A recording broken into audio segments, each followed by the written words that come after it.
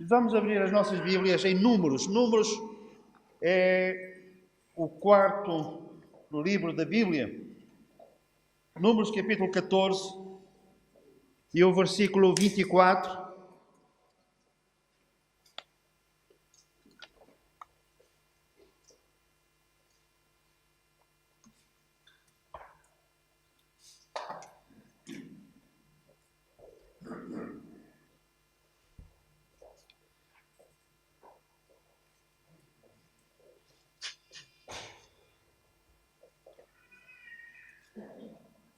Números capítulo...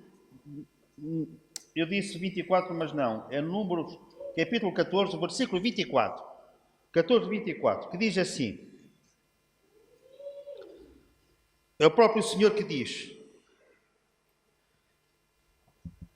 porém o meu servo Caleb, visto que nele houve um outro espírito e perseverou em seguir-me, eu o farei entrar a terra que espiou, e a sua descendência a possuirá.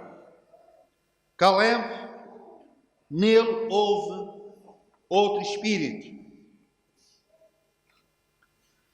Eu pensei duas vezes se deveria começar a mensagem desta forma. Mas, havendo ainda a possibilidade de ficarmos assustados ou então desanimados com aquilo que vamos ouvir nesta introdução, podem sossegar as vossas almas que nós depois a seguir vamos amenizar isto. Então é o seguinte. A Bíblia tem várias referências de pessoas que atingiram um nível de comunhão e de ação na obra de Deus. Subiram a um patamar tão alto que essa característica particular, especial, ficou registada. Por exemplo, neste versículo nós lemos que Caleb tinha outro espírito. Isto é, havia algo nele que o definia, que o caracterizava, que em relação aos outros ele se sobrepunha. Ele estava acima. Ele tinha um outro espírito. Um espírito diferente dos demais, dos comuns, dos mortais, daqueles com quem ele convivia, daqueles com quem ele estava associado. Ele era diferente. Ele tinha um outro espírito. Enoque, quando nós pensamos, aqueles que conhecem a Bíblia, quando pensam em Enoque, lembram-se e associam sempre algo que o caracterizou. A certa altura nós lemos, Enoque andou com Deus. E porquê é que a nossa atenção é atraída para estas pessoas e para estas características particulares?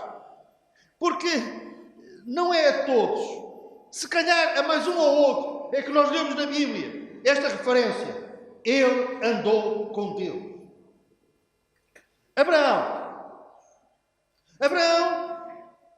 faz-nos pensar na sua fé. Ele é chamado o pai da fé. E a sua fé brilhou em várias situações, nomeadamente quando ele se dispôs a sacrificar o seu próprio filho, sabendo que fazendo isso, devido às promessas de Deus, Deus o ressuscitaria a seguir. Isto é uma fé sem limites. É mergulhar na presença de Deus. Moisés, o homem mais manso em toda a terra. Estou a ler um versículo. Ele é caracterizado pela mansidão. Mas não é uma mansidão como muitos poderiam também alcançar e viver nessa mansidão. Não. Ele foi o homem mais manso. Davi foi único numa coisa: a mais ninguém, Deus disse, é um homem segundo o meu coração.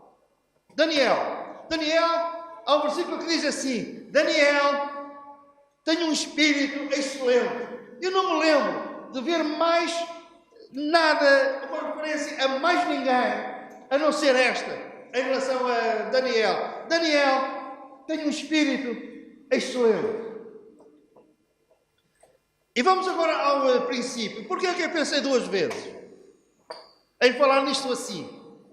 Porque nós, comuns dos mortais e comuns dos crentes, nós perante afirmações assim, nós podemos cair no desânimo e pensarmos assim: eu nunca chegarei lá, eu sou tão pequenino, eu sou tão fraco, se vocês conhecessem a minha vida, a minha relação com Deus, os meus problemas, as minhas dificuldades, e começam a falar assim, com um patamar tão alto, eu jamais chegarei lá. E isto, muitas vezes, em vez de nos incentivar, faz-nos desanimar. Pois bem, pode não ser assim. Vamos pegar no exemplo de Caleb, que conforme o nosso versículo nos é dito que ele tinha um outro espírito. E iríamos ver porque é que o Senhor disse que Caleb tinha um outro espírito. E aquilo que ele fez e como ele reagiu face às situações que nós vamos considerar, nós, pela graça de Deus, podemos reagir e agir assim. Não é tão difícil assim. Não é impossível o Senhor dizer em relação a qualquer um de nós um dia, na eternidade, que nós tínhamos um outro espírito. Às vezes,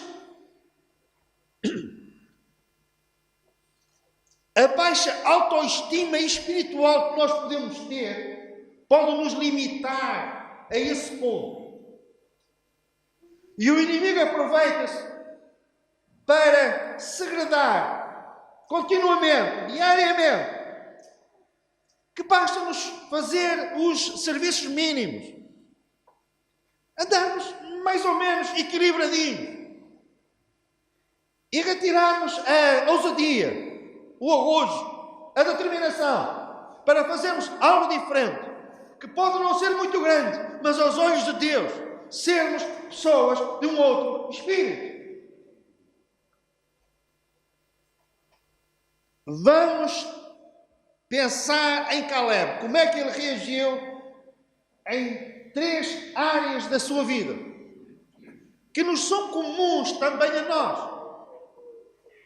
Então, essas 3 áreas são: como é que ele reagiu aos problemas?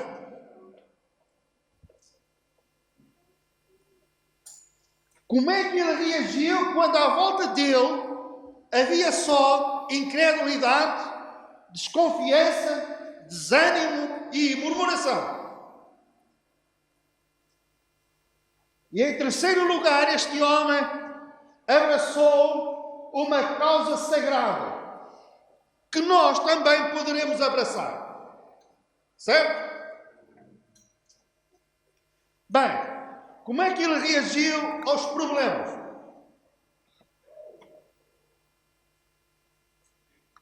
Há uns anos atrás eu li que alguém disse que há 2 coisas certas na vida: morte e impostos. Ninguém consegue fugir à morte e aos impostos.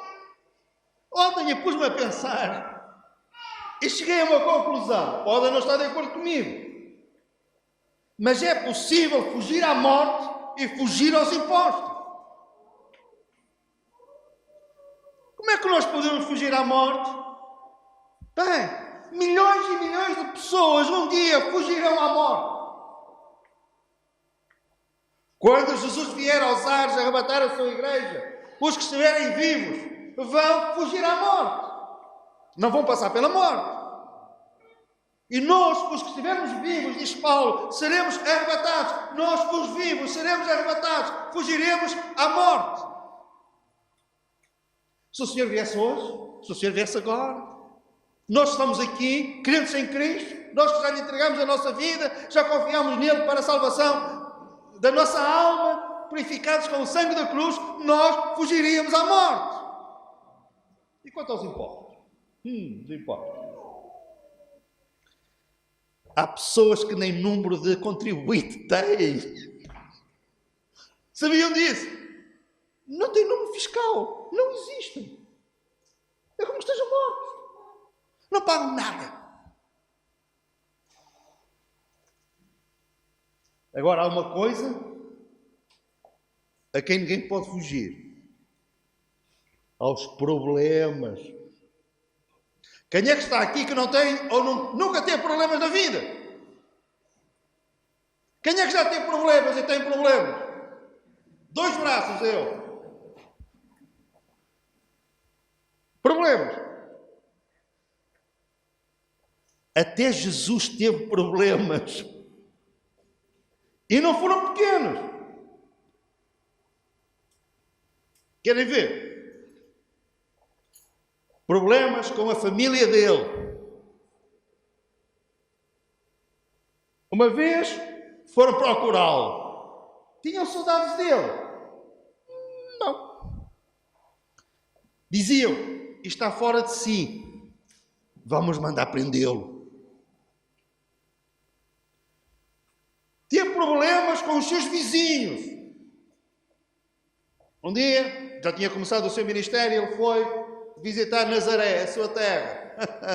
Vocês pensaram, se calhar pensavam que ele seria recebido em festa, ele a passar na rua e as pessoas a aplaudir. Olharam para ele assim meio desconfiados, já tinham ouvido dos milagres dele, etc. E ele vai para a sinagoga e eles estão também a olhar para ele, curiosos. Ele fala, ok, muito bem. Alguns dizem, mas onde é que ele foi buscar esta autoridade? Ele é filho de José, que era carpinteiro, a sua mãe Maria, conhecemos também os seus irmãos, as suas irmãs. Afinal, isto é muita parra e pouca uva.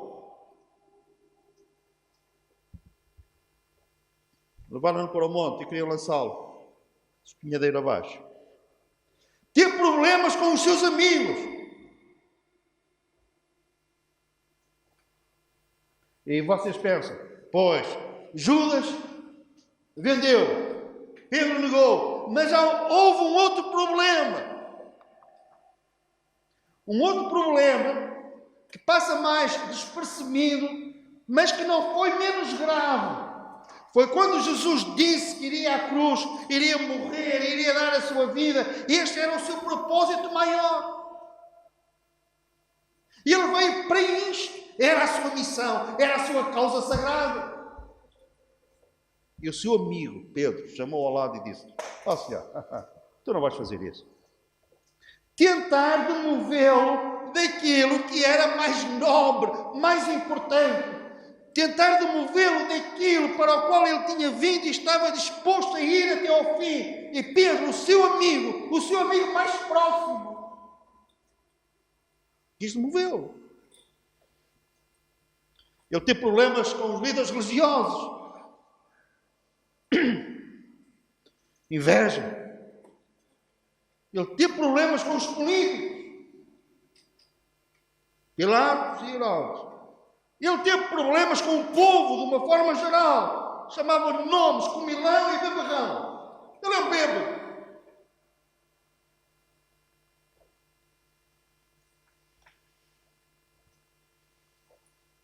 Como reagia aos problemas? Como é que nós reagimos aos problemas? Como é que Caleb reagiu aos problemas? Qual foi o problema dele? Teve vários, mas vamos falar no principal. O povo hebreu tinha saído da terra do Egito. O Egito tinha feito uma promessa ímpar, maravilhosa. Ao fim de 400 anos, aquilo que o Senhor tinha prometido, isso ia cumprir plenamente. O relógio de Deus tinha chegado àquela hora, tão ansiada por aquele povo. Iam sair do Egito rumo a uma terra nova, a uma terra prometida, uma terra que eles já amavam, desde os seus antepassados, estava no seu coração, estava na sua mente. Quando eles se levantavam pela manhã, eles pensavam o quê? Pensavam nessa terra. Conversavam com os filhos desde pequenos e falavam acerca de quê? Nós temos uma terra que o Senhor prometeu. E os anos iam passando, as gerações iam passando. E ao fim de 400 anos, o dia da libertação chegou. Sairiam do Egito para onde? Para essa terra. E Moisés liderou o povo. Não vamos entrar em pormenores em relação a isso, mas nós sabemos como é que foi. Eles caminharam pelo deserto e ao fim de um ano, a terra estava à vista. Iam finalmente entrar. Mas o Senhor é um Deus de ordem e não de confusão. E mandou fazer uma coisa. Disse a Moisés: Moisés, vais pegar em 12 homens, com responsabilidade, reconhecidos pelos outros. E vais mandar esses 12 homens espiar a terra para onde vós ireis entrar. Durante 40 dias vós andareis naquela terra. Não vos podereis mostrar. E ireis trazer frutos dessa terra. E entre esses homens 12 estava quem? O nosso homem, Caleb. E durante 40 dias eles espiaram a terra. E foram a algumas cidades ao longe. O facto de 12 homens durante 40 dias não terem sido descobertos, isso em si foi um milagre de Deus. Certo? E o Senhor disse: eles que tragam do fruto da terra. Para quê? Para animar o povo a entrar na terra. Passaram por um vale. O vale de Escol. E o Senhor disse: eles tragam figos, romãs, uvas. E colheram um cacho de uvas. Um cacho de uvas. Pois, mas para carregar aquele cacho de uvas foi necessário usar uma vara. E 2 homens, um em cada extremidade, carregaram o cacho de uvas. Não era um cacho de uvas qualquer. E quando eles regressam, junto de Moisés e junto do povo, e eles dizem: a terra é isto, a terra é boa, é uma terra fértil, reparem naquilo que nós trouxemos. Pois é. O problema foi o resto. Eram 12 espias, 10 disseram: pois, a terra é boa. Contra isso nós não podemos dizer nada. O problema é quem é que vive na terra. O Senhor nos deu. Olha, esqueçam, nós não podemos entrar lá. Os homens de lá são gigantes. Nós, à beira deles, nós somos como que gafanhotos. As cidades deles, nós vencemos, entramos naquelas cidades. Esqueçam, muralhas, fortificações, nós não podemos entrar. E quando Caleb ouve isto, juntamente com Josué, os 2 homens, eles ficam surpreendidos, espantados, eles ficam boquiabertos, estupefactos, não sabem, e eles dizem: mas calma aí, a terra é muitíssimo boa. Ou seja, a terra é boa. Não, a terra é muitíssimo boa. E realmente tem lá esses homens. As cidades são fortificadas, mas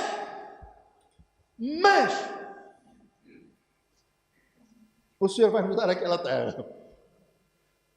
Porquê? Porque o Senhor é maior do que este problema. Os outros excluíram Deus do problema. Caleb colocou Deus no problema. Pesados irmãos, quando nós somos realistas e dizemos: há aqui um problema. Caleb não disse que não havia problema nenhum. Realmente, há lá gigantes. As cidades fortificadas, muralhas, mas nós temos Deus.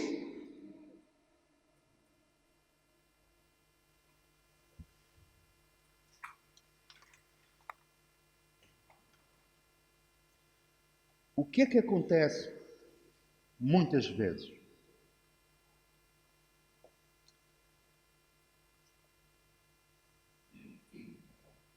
Nós cremos em Deus, conhecemos-o, conhecemos a sua palavra, conhecemos as suas promessas. Olhando para trás, nós temos experiências do poder de Deus na nossa vida.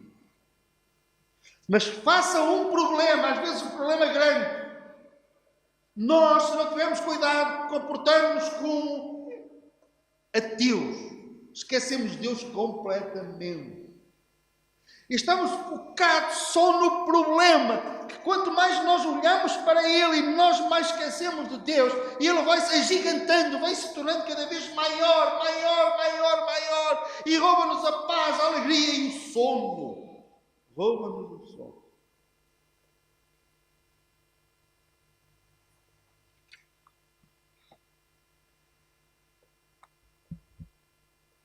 Deus fica do lado de fora.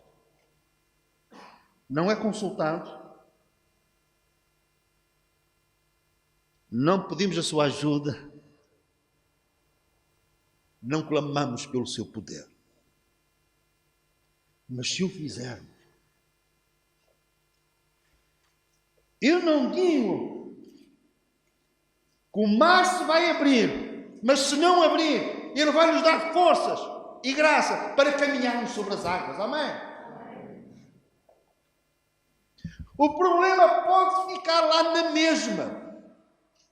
Ou não. Mas pode ficar. Só que entre nós e o problema está Deus, o Senhor. Que sabe o que é ter problemas na pessoa do Senhor Jesus. Mas também soube lidar com os problemas. E em cada um deles saiu mais do que vencedor. Amém?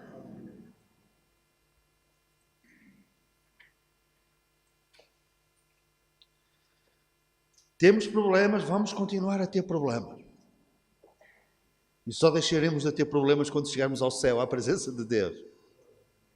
Podemos fugir dos impostos, podemos fugir da morte, mas não vamos fugir dos problemas. Mas em cada problema, nós podemos contar com aquele que é maior do que os problemas. Acham que era um problema pequeno o Senhor Jesus enfrentar a morte? Acham que é um problema pequeno ele ter ficado retido naquele sepulcro 3 dias e 3 noites? Não havia problema maior. Querem um problema grande? Jesus colocado no sepulcro de José de Arimateia. Uma porta grande a selar o túmulo. Melhor, uma porta grande a encerrar o túmulo. O selo de Roma para impedir que alguém mexesse naquela pedra. Uma escolta de soldados à porta. Isso foi problema? Ao fim de 3 dias, Jesus ressuscitou. Amém? E não houve problema maior. Caleb teve um espírito excelente. Porquê? Segunda razão.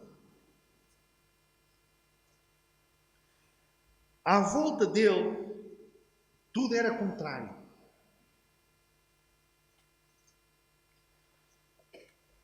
Doze espias, 10 eram contra. Mas é assim, o desânimo, se nós não tivermos cuidado, alastra. Vai influenciando outros. É pior do que o vírus Covid-19. O desânimo é uma onda. É como uma bola de neve que vai montanha abaixo e cada vez ela vai ficando maior, maior, maior, maior. E você diz, mas calma aí, isto também é um exagero. É um exagero. Reparem, o que é que aconteceu? 10 disseram, nós não podemos entrar. Caleb disse, nós podemos entrar. Josué disse, nós podemos entrar. 10 disseram, não podemos. E depois há alguém ali no meio que tem uma ideia. Eu acredito que foi uma voz, inicialmente, uma voz, que disse, devem ser apedrejados. Quem? Caleb e Josué. E àquela voz juntam-se 20, 30, 40, 100, 1000, 1 milhão. Porquê? Porque a Bíblia diz, e todos clamaram para que eles fossem apedrejados. Agora já eram todos.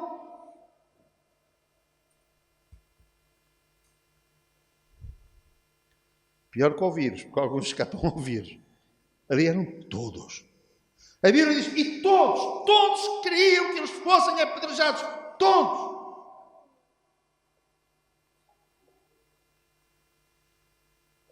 E Caleb, como é que reagiu?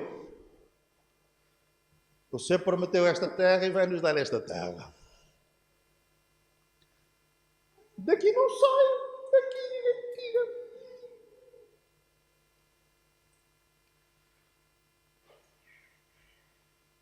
Ok? O Senhor disse, está em Números capítulo 14, caminhai para o deserto. Que pena. Que perda. A terra estava ali. Ao fim de um ano podiam entrar. Estavam no segundo ano, primeiro mês do segundo ano. Depois que tinham saído do Egito. Aí assim, caminhai para o deserto. E sabe o que é que isso significou? Cerca de 40 anos naquele deserto.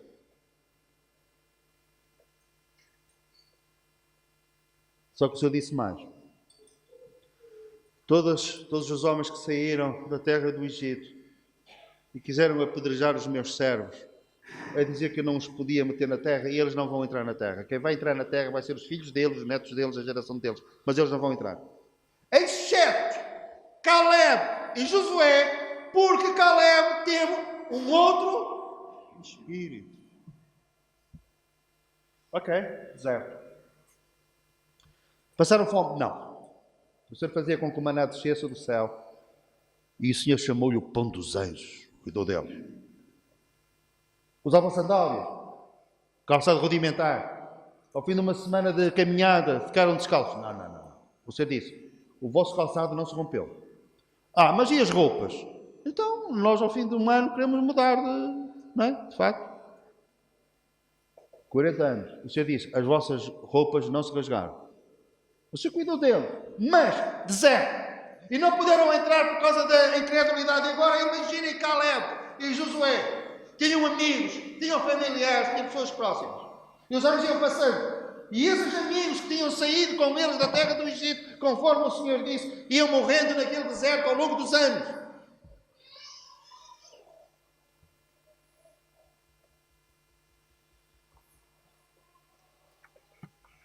Finalmente, vamos adiantar, vamos passar para o terceiro apontamento.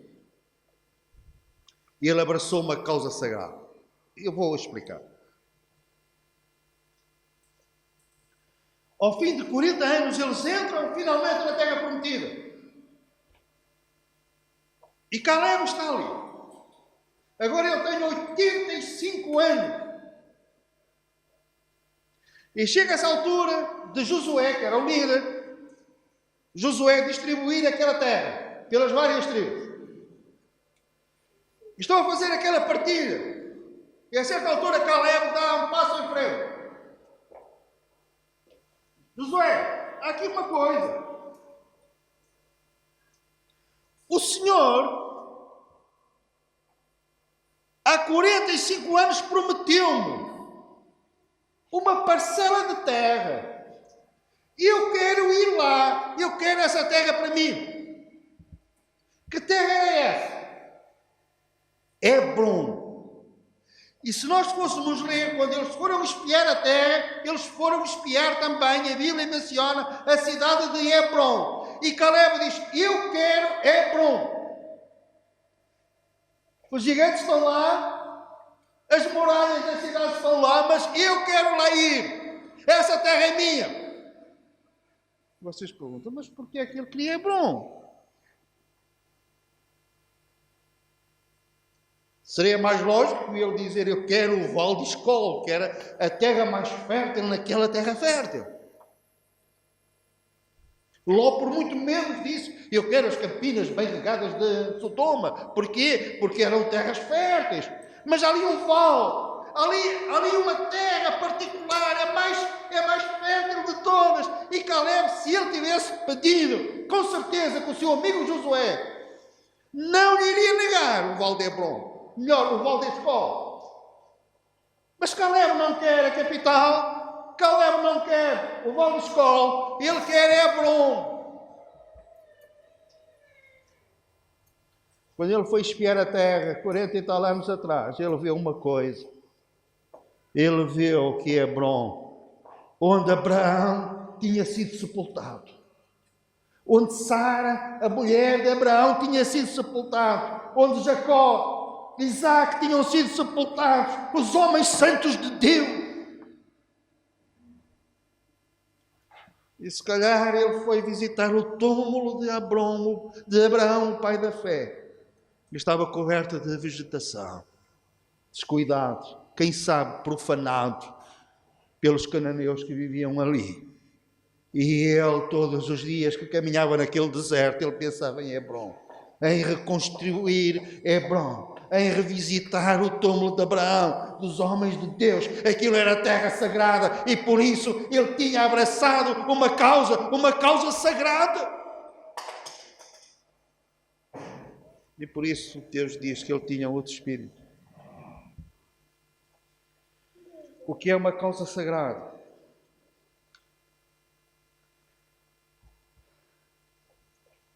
Eu tinha 18, 19 anos.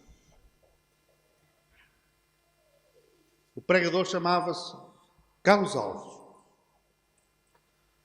Parteu há relativamente pouco tempo, há uns meses.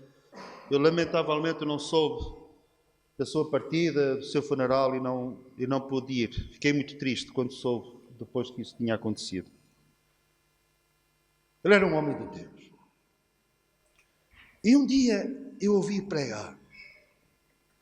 Ele pregou sobre Isaías capítulo 6. E ele focou a sua mensagem naquele versículo em que o Senhor diz: a quem é que eu enviarei? E Isaías disse: Senhor, envia-me a mim. E ele falou na necessidade de nós irmos, de nós fazermos algo de novo, de nós termos iniciativa na obra. E ali naquele lugar, na cava do nosso irmão Vireto Sobral, uma cava lá no fundo da casa, e eu estava a ouvir este pregador, e eu ali vi a minha causa sagrada. Naquele dia, naquele lugar, eu disse: Senhor, um dia eu quero começar uma igreja nova. E passaram-se os anos. E eu sempre a pensar na causa sagrada. Quando fomos para a Aroca, eu pensei: é aqui. Zero. Tentamos, a sério. Resultados. Durante os 18 anos que nós estivemos lá, converteu-se uma pessoa, uma senhora idosa. Valeu a pena, apesar de tudo. Mas ao fim de 27 anos estávamos a abrir o Centro Bíblico da Feira. A minha causa sagrada. Causa essa que foi depois também transmitida para Clarice.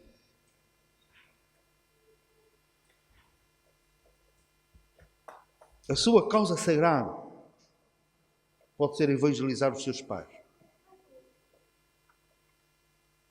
Visitá-los mais frequentemente, telefonar, ajudar nos trabalhos mais duros. A sua causa sagrada pode ser marcar profundamente os seus filhos com o Evangelho.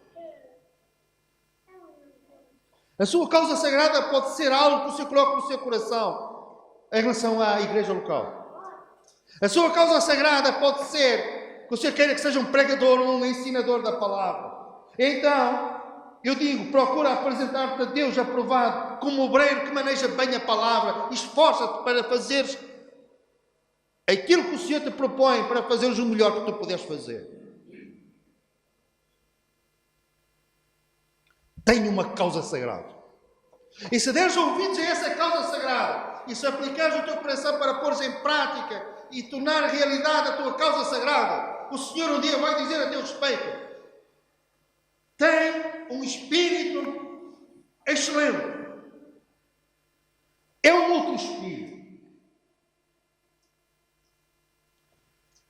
Há 30 e tal anos eu estava numa igreja. E um dia um irmão, um domingo depois do culto, ele disse: eu quero falar com a liderança da igreja. Eu pertencia a essa liderança. E fomos ouvir. E ele começou assim: o Senhor colocou no meu coração uma coisa. Estávamos sentados. Ainda bem que estávamos sentados. E alguém perguntou, eu ou outra pessoa, não sei: o que, irmão? O Senhor colocou no meu coração eu doar, ofertar 2.000 contos para a obra missionária em Moçambique. Estávamos sentados. 2.000 contos há 30 anos era muito dinheiro. Vocês pensam assim: houve aí lotaria, houve aí totobola. Não houve. Sabe como é que esse irmão ganhava a vida?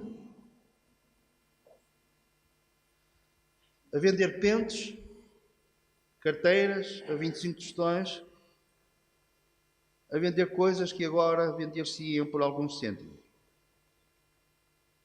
Ao sol e à chuva. Vocês pensam: mas calma aí, alguma coisa aqui se passou. Na igreja, o pregador, eu, não manipular, atirar o barro à parede, zero, não temos esse costume, nem nunca tivemos. Mas não houve nenhuma campanha para ajudar as missões? Não houve. E se houvesse, também não havia problema nenhum em relação a isso. Mas não houve. Foi a causa sagrada daquele homem. Mas ele deu mesmo. Deu.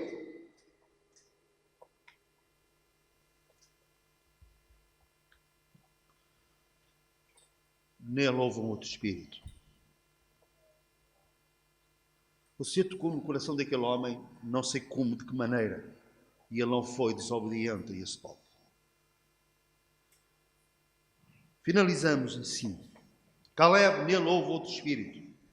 Mas em cada um de nós, o Senhor poderá dizer em relação a cada um de nós: nele houve um outro espírito. Se nós colocarmos Deus entre nós e os vossos problemas,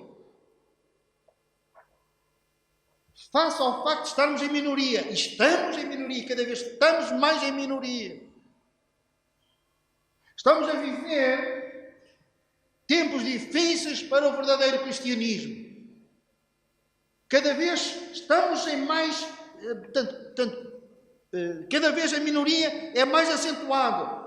E não fiquemos admirados por isso. Jesus disse: quando eu vier, quando eu voltar, porventura haverá fé na terra. Tem tendência para o declínio. Mas apesar disso, podemos abraçar uma causa sagrada, seja ela qual for. E no fim a honra será enorme se a nosso respeito o Senhor disser: porém o meu servo, vamos pôr o nosso nome, nele houve outro espírito. Senhor nos abençoe. Amém?